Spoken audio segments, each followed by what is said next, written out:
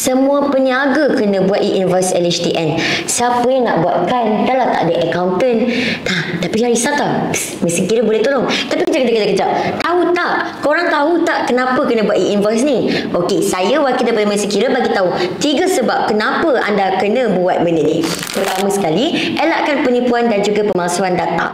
Of course lah, bila dah buat e-invoice, hantar ke LHDN dan mereka sahkan, dah complete pun, kan? Dah tak ada apa-apa yang nak kena berselindung. So, anda tak perlu takut. Yang kedua adalah untuk meningkatkan kecekapan dan juga untuk meningkatkan kepercayaan dalam sistem perniagaan anda. Lepas ni, mesti lagi ramai rakan niaga yang percaya anda. Dan yang ketiga, of course, ni paling penting. Sebab apa? Sebab kita mesti nak elak daripada kena denda ataupun penalti. Jadi untuk elak daripada kena kejar dengan LHDN, mestilah anda semua kena ada rekod yang bersih. Jadi make sure e-invoice ni hantarlah pada waktu dan juga dengan data yang sepatutnya kita hantar. Dan jangan susah-susah. Nak tahu macam mana?